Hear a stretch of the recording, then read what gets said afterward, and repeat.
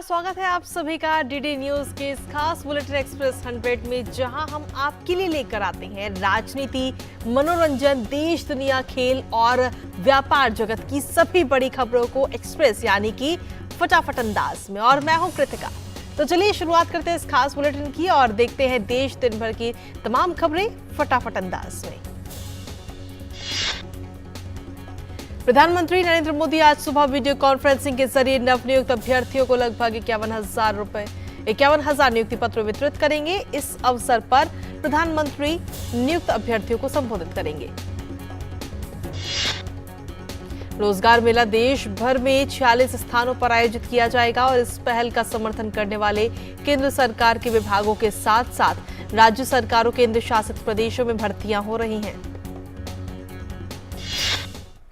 देश भर से नई भर्तियों में चयनित होने वाले अभ्यर्थी डाक विभाग, भारतीय लेखा परीक्षा और लेखा विभाग, परमाणु ऊर्जा विभाग, राजस्व विभाग, उच्च शिक्षा विभाग, रक्षा मंत्रालय, स्वास्थ्य और परिवार कल्याण मंत्रालय सहित विभिन्न मंत्रालयों विभागों में कार्य करेंगे। इसके अलावा प्रधानमंत्री नरेंद्र मोदी आज नई दिल्ली स्थित भारत मंडपम में शाम 4 बजे G20 यूनिवर्सिटी कनेक्ट फिनाले कार्यक्रम को भी संबोधित करेंगे।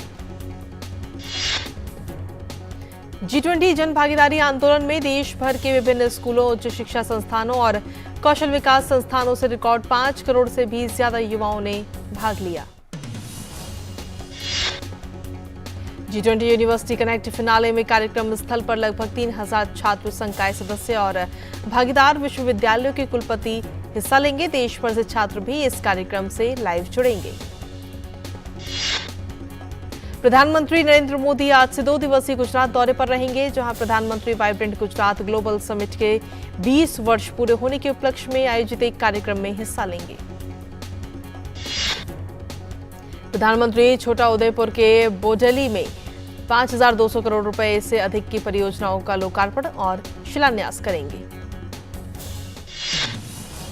पीएम गुजरात के स्कूलों में निर्मित हजारों कई नई कक्षाएं, स्मार्ट कक्षाएं, कंप्यूटर लैब, STEM प्रयोगशालाएं और अन्य बुनियादी अवसंरचनाएं को राष्ट्र को समर्पित करेंगे।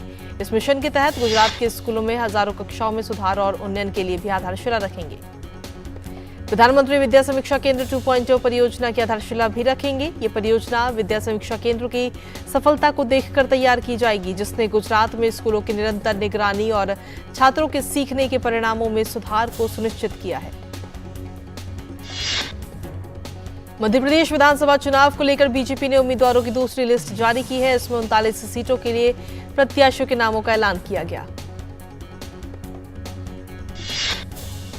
बीजेपी ने इस लिस्ट में 3 केंद्रीय मंत्रियों को भी टिकट दिया है। इनमें मुरैना की दिमनी सीट से नरेंद्र सिंह तोमर, नरसिंहपुर से प्रहलाद पटेल और निवास से फग्गन सिंह कुलस्ते को प्रत्याशी बनाया गया है।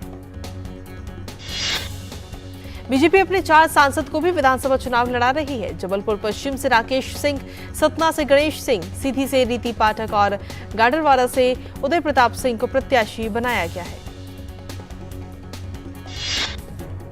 बीजेपी महासचिव कैलाश विजयवर्गीय को इंदौर विधानसभा क्रमांक 1 से टिकट दिया गया है। छिंदवाड़ा से विवेक बंटी साहू को चुनावी मैदान में उतारा गया है।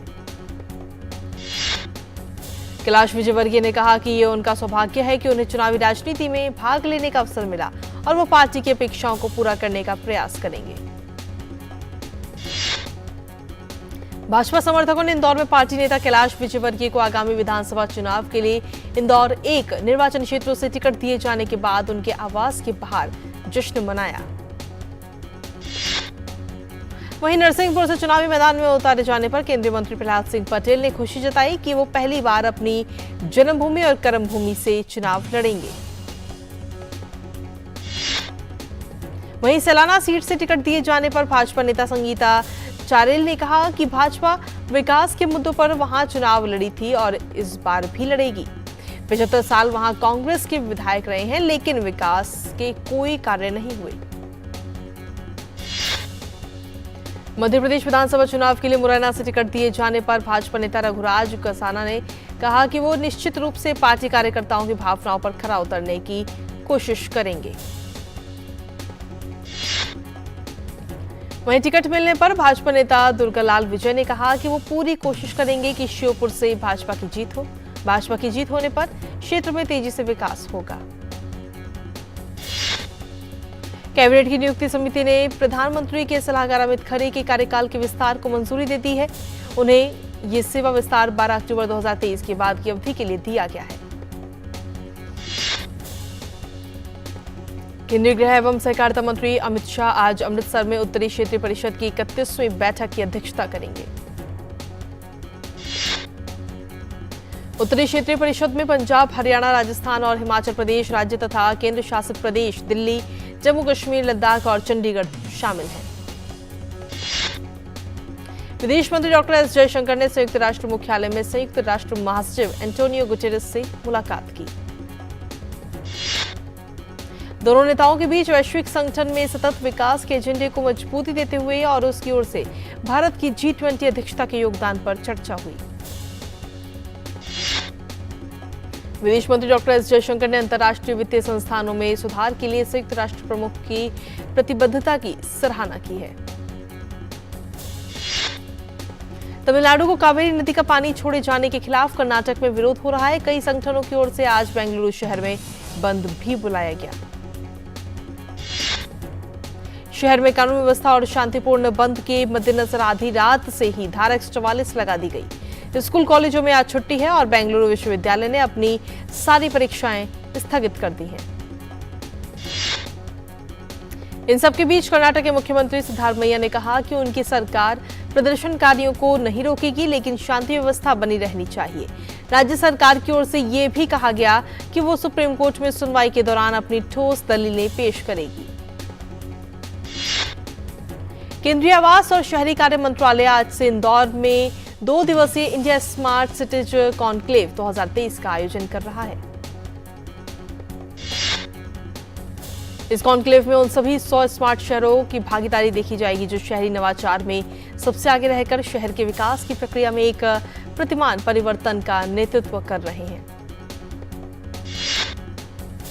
राष्ट्रपति श्रीमती द्रौपदी मुर्मू कल इंडिया स्मार्ट सिटीज पुरस्कार प्रतियोगिता 2022 के विजेताओं को सम्मानित करेंगी।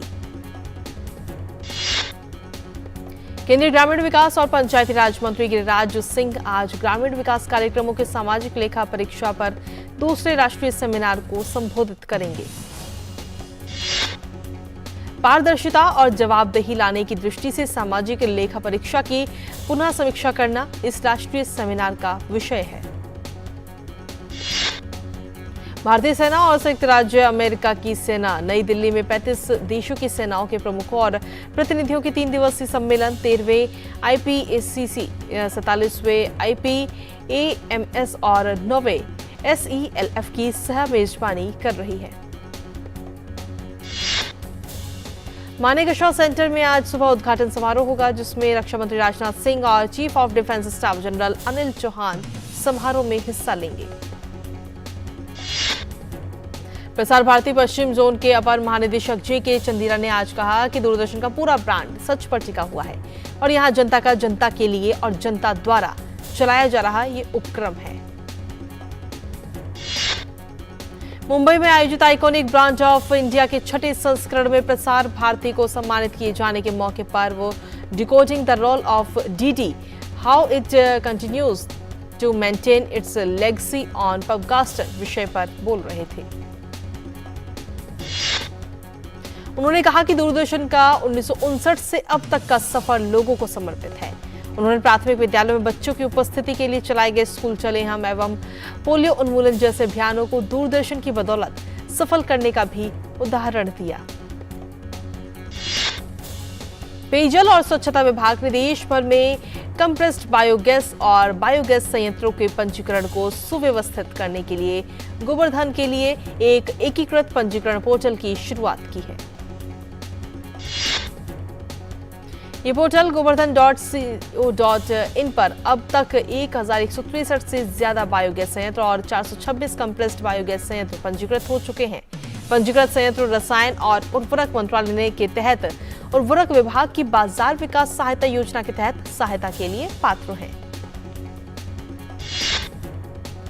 भारत कनाडा विवाद पर श्रीलंका के विदेश मंत्री अली साबरी ने कहा कि कुछ आतंकवादियों को कनाडा में सुरक्षित ठिकाना मिल गया है।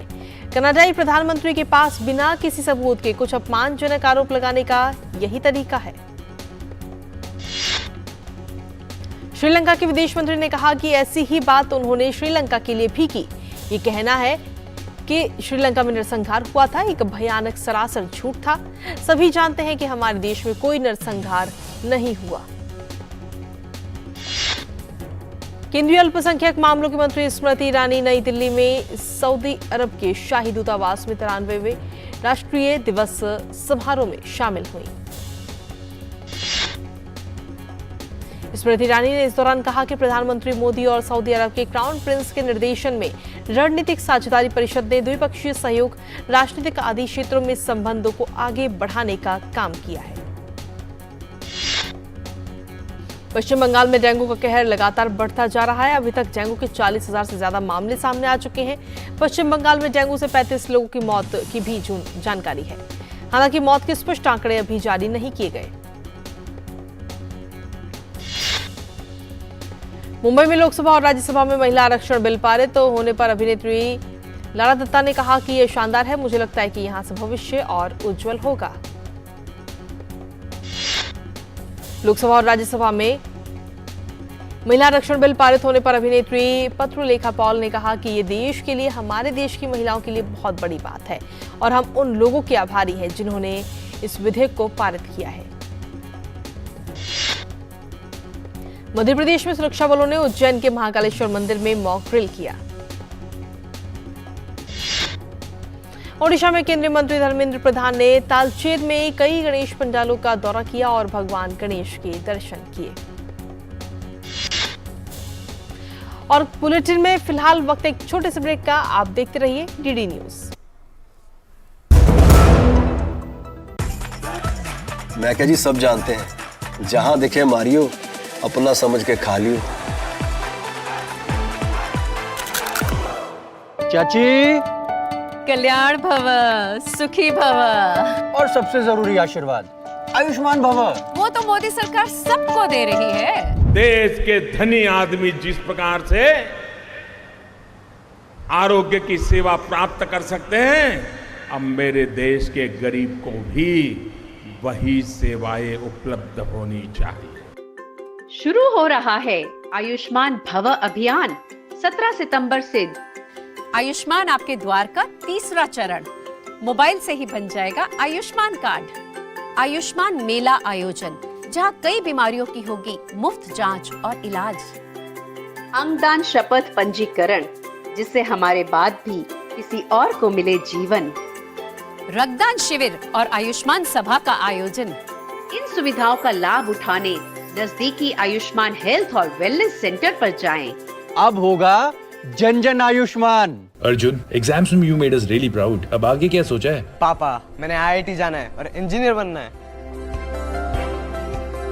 थिंक IIT, थिंक विद्या मंदिर। शेयर मार्केट में इन्वेस्ट करें, गारंटीड रिटर्न से लाखों कमाएं। ये लिमिटेड ऑफर सिर्फ आपके लिए। नागिन की आंख में कैमरा फिट होता है। तुम भी क्या बकवास में यकीन करती हो? आप भी तो वही कर रहे हो पापा। शेयर मार्केट में कोई गारंटेड रिटर्न्स का वादा नहीं कर सकता। ऐसा कोई मैसेज, मेल या एड दिखे तो समझिए गलत है। ऐसे स्कीम निवेशक के साथ धोखा है और कानूनन अपराध भी। कितनी बार तो समझाया आपको।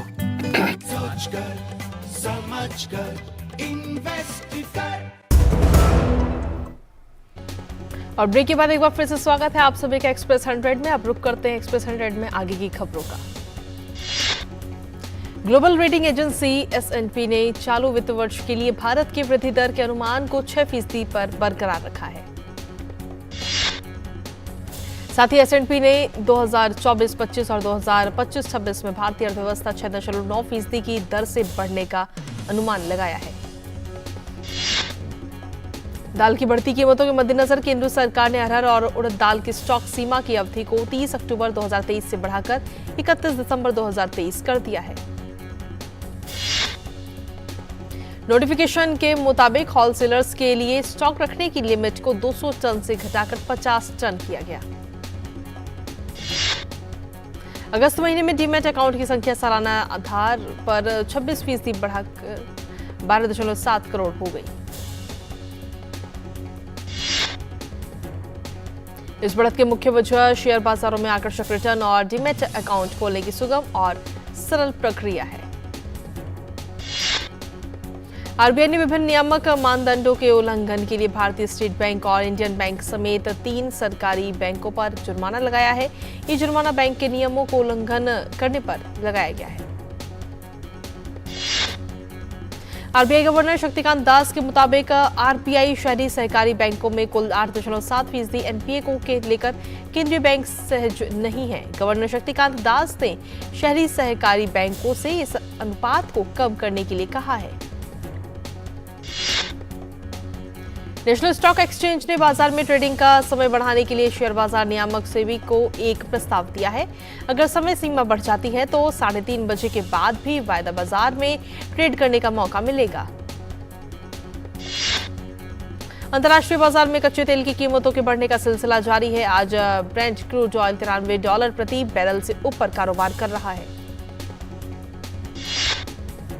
ग्लोबल ट्रेड रिसर्च इनिशिएटिव की एक रिपोर्ट के मुताबिक भारत का विदेश व्यापार 2030 तक $1200 अरब बढ़ सकता है। केंद्र सरकार ने नेशनल कोऑपरेटिव एक्सपोर्ट्स लिमिटेड के माध्यम से यूएई को 75,000 टन गैर बासमती सफेद चावल के निर्यात को मंजूरी दे दी है। सड़क परिवहन और राजमार्ग मंत्री नितिन गडकरी ने सभी हितधारकों से वाहन स्क्रैपिंग नीति का समर्थन करने का आह्वान किया। नितिन गडकरी ने कहा कि ऐसा करना सभी के लिए लाभदायक होगा। दूसरे व्हाइट हाउस शिखर सम्मेलन के दौरान प्रशांत द्वीप के नेताओं से अमेरिकी राष्ट्रपति जो बाइडेन ने की मुलाकात। प्रशांत महासागर क्षेत्र में चीन के बढ़ते प्रभाव से निपटने पर हुई चर्चा। व्हाइट हाउस शिखर सम्मेलन के दौरान अमेरिका ने प्रशांत द्वीप क्षेत्र के 2 देश आइलैंड्स और नियो को राजनयिक मान्यता देने की घोषणा की है। अफ्रीकी देश नाइजर में हुए तख्तापलट के बाद फ्रांस द्वारा अपने 1500 सैनिकों को वापस बुलाने का फैसला पर फ्रांस के विदेश विभाग के सचिव ने कहा कि इस फैसले से नाइजर में अमेरिकी रुख में कोई बदलाव नहीं आएगा। फ्रांस द्वारा इस साल के अंत तक अपने 1500 सैनिकों को वापस बुलाने का फैसला आतंकवाद विरोधी अभियानों और क्षेत्र में उसके प्रभाव के लिए एक बड़ा झटका है। इजरायली विदेश मंत्री का बयान। अमेरिका इजरायली नागरिकों के लिए जल्द ही वीजा छूट कार्यक्रम की घोषणा करेगा। फैसले के बाद नवंबर से इजरायली नागरिकों को अमेरिका में वीजा फ्री प्रवेश मिल सकेगा। भारतीय विदेश मंत्री सुब्रमण्यम जयशंकर आज संयुक्त राष्ट्र महासभा में अपना जनरल डिबेट भाषण देंगे। अमेरिकी कृषि सचिव ने आशंका जताते हुए कहा कि सरकारी शटडाउन से लगभग 7 मिलियन कम आय वाली महिलाओं और बच्चों को जिंदगी प्रभावित होगी, जो पूरी तरह से इस मदद पर निर्भर है। कोसोवो के प्रिस्टिना में असामाजिक तत्वों से लड़ते हुए मारे गए एक पुलिस अधिकारी के अंतिम संस्कार में सैकड़ों लोग इकट्ठा हुए और श्रद्धांजलि दी। दूसरे विश्व युद्ध के दौरान नाजी सेना में सेवा देने वाले एक सेना के जवान को कनाडा के संसद में सम्मान दिए जाने पर सदन के अध्यक्ष ने दुख जताते हुए देश के लोगों से माफी मांगी। हाल ही में यूक्रेनी राष्ट्रपति जेलेंस्की के कनाडाई संसद में संबोधन के दौरान संसद की गैलरी में बैठे एक व्यक्ति के लिए वहां मौजूद सदस्यों ने खड़े होकर सम्मान व्यक्त किया था। बाद में इस व्यक्ति की पहचान पूर्व नाजी सैनिक के रूप में हुई थी। अमेरिकी राष्ट्रपति जो बाइडेन ने कहा कि यदि अमेरिकी कांग्रेस 30 सितंबर के बाद संघीय सरकार के लिए धन उपलब्ध नहीं कराती है तो इससे अश्वेत समुदाय को काफी नुकसान होगा। ग्वाटेमाला में भारी बारिश के कारण एक नदी का किनारा टूट जाने से कम 6 लोगों की मौत हो गई है और 13 अन्य लापता हो गए। ग्वाटेमाला के राष्ट्रीय आपदा न्यूनीकरण समन्वयक के अनुसार कुछ दिन पहले भी ग्वाटेमाला में आई अचानक बाढ़ से 29 से ज्यादा लोग मारे गए थे। हाल ही में कनाडा द्वारा श्रीलंका पर बिना सबूत आरोप लगाए जाने के बाद श्रीलंका कनाडाई सरकार को लेकर हमलावर है। श्रीलंका ने कनाडा पर झूठ फैलाने का आरोप लगाया है। नाइजर की सैन्य सरकार से के बीच खींचतान के बीच फ्रांस ने नाइजीरिया के अबदस्त राष्ट्रपति मोहम्मद बजौम को अपनी समर्थन का ऐलान किया है। नाइजर में हुए तख्तापलट के बाद लोकतांत्रिक ढंग से चुने गए राष्ट्रपति मोहम्मद बजौम को हिरासत में लिया गया था। इसके बाद से ही नाइजर सरकार और फ्रांस के बीच खींचतान जारी है। रूस ने यूक्रेन के ओडिशा में ताबड़तोड़ ड्रोन व मिसाइल हमला करके अनाज भंडारण केंद्रों व बुनियादी ढांचों को तबाह कर दिया। इस हमले में 4 लोगों की भी मौत की खबर है। एशियाई खेलों के तीसरे दिन भवानी देवी ने शानदार खेल का प्रदर्शन किया। भवानी देवी ने क्वार्टर फाइनल में अपनी जगह बना ली है। प्री क्वार्टर मुकाबले में भवानी ने थाईलैंड की टोनखाव फोकेव को 15-9 से हराया। 19वें एशियाई खेलों में भारतीय पुरुष हॉकी टीम ने अपनी शानदार फॉर्म को जारी रखा है। कल खेले गए मुकाबले में भारत ने सिंगापुर को 16-1 से हराने में सफलता पाई। 31 गोल के विशाल अंतर के साथ भारत शीर्ष स्थान पर। जुहाई चैंपियनशिप में सेबेस्टियन कोडा को 7-5, 6-4 से हराने के बाद करेन खाचानोव सीजन के अपने पहले फाइनल में पहुंच गए हैं। शीर्ष पर ये खाचानोव 2018 के बाद से अपना पहला और कुल मिलाकर 5वां खिताब की तलाश में है। दुनिया के 15वें नंबर के खिलाड़ी खाचानोव फाइनल में योशिहितो निशिओका में खेलेंगे, जिन्होंने जापानी स्टार्स ने अस्तान करातसेव को 6-4, 6-4 से हराया।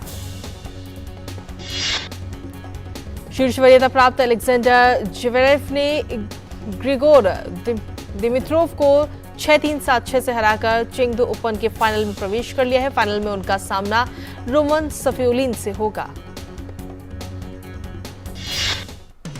टीम वर्ल्ड ने वैंकूवर में लगातार दूसरे वर्ष लेवर कप जीतने के लिए टीम यूरोप को 13-2 से हराया। अमेरिकी बेन शेल्टन और फ्रांसिस टियाफो ने युगल में पोलैंड के ह्यूबर्ट हरकाज और रूस के एंड्री रूबलेव को 7-6, 7-6 से हराकर जीत हासिल की। स्पेन के मिडफील्डर इताना बोनमती का कहना है कि विश्व कप जीतने के बाद कई हफ्तों के विवाद के बाद स्पेन की महिला टीम अब फुटबॉल पर ध्यान केंद्रित करने में सक्षम है। भारत ने 19वें एशियाई खेलों में दूसरा स्वर्ण पदक जीत लिया है। भारतीय महिला क्रिकेट टीम ने भारत को दूसरा स्वर्ण पदक दिलाया। श्रीलंका के साथ खेले गए फाइनल मुकाबले को भारत ने 19 रनों से अपने नाम कर लिया। रोमांचक मुकाबले में भारत ने निर्धारित 20 ओवर में श्रीलंका के सामने जीत के लिए 117 रनों का लक्ष्य रखा था। लक्ष्य का पीछा करने उतरी श्रीलंका की टीम निर्धारित 20 ओवर में 8 विकेट गंवाकर 97 रन ही बना पाई और मैच हार गई। भारत के लिए स्मृति मंधाना ने सबसे ज्यादा 46 रनों की पारी खेली। वहीं जेमिमा रोड्रिग्स ने 42 रन बनाए, जबकि तितास ने सबसे ज्यादा 3 विकेट लिए। राजेश्वरी को 2 विकेट मिले। दीप्ति, पूजा और देविका को 1-1 विकेट मिला। भारतीय महिला क्रिकेट टीम की जीत पर केंद्रीय खेल मंत्री अनुराग सिंह ठाकुर ने महिला क्रिकेट टीम को बधाई दी। साथ ही उन्होंने दूसरे पदक विजेताओं को भी शुभकामनाएं दी। भारत की इस ऐतिहासिक जीत के बाद जेमिमा रोड्रिगेज के पिता ने अपनी खुशी जाहिर करते हुए कहा कि ये जीत समस्त भारत की जीत है। चीन के हांगझू में चल रहे 19वें एशियाई खेलों के दूसरे दिन शूटिंग में भारत ने गोल्ड जीतने में सफलता पाई। भारत ने पुरुषों की 10 मीटर एयर राइफल टीम स्पर्धा में ये स्वर्ण पदक अपने नाम किया। ऐश्वर्य प्रताप सिंह तोमर, रुद्रकेश पाटिल और दिव्यांश पवार की तिकड़ी ने 10 मीटर पुरुष राइफल टीम ने विश्व रिकॉर्ड तोड़ा। टीम इंडिया ने चीन के 1893.3 अंकों के रिकॉर्ड को पीछे छोड़ते हुए कुल 1893.7 अंक हासिल कर यह पदक जीतने में सफलता पाई। 19वें एशियाई खेलों में रोइंग पुरुष 4 स्पर्धा में भारतीय टीम ने फाइनल में 6-10-81 के समय के साथ कांस्य पदक जीत लिया है। भारत की ओर से जसविंदर, भीम, पुनीत और आशीष द्वारा शानदार प्रदर्शन देखने को मिला। 19वें एशियाई खेलों में भारत ने रोइंग का दूसरा पदक जीत लिया। पुरुषों की क्वाड स्कल स्पर्धा में भारतीय टीम ने कांस्य पदक जीतने में सफलता पाई।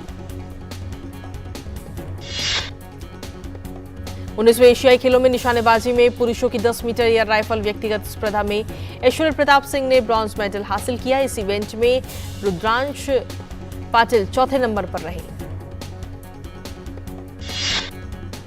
भारत ने एशियाई खेलों में शूटिंग में 25 मीटर पुरुष रैपिड फायर पिस्टल में कांस्य पदक हासिल किया। विजयवीर सिद्धू, अनीश और आदर्श सिंह की तिकड़ी ने 1718 अंक अर्जित कर ये पदक अपने नाम किया। विश्व चैंपियनशिप के कांस्य पदक विजेता निशांत देव ने 71 किलोग्राम भार वर्ग के मुक्केबाजी स्पर्धा के राउंड ऑफ 16 में प्रवेश कर लिया है। निशांत देव ने शुरुआती मैच में नेपाल के दीपेश लामा को 5-0 से हराया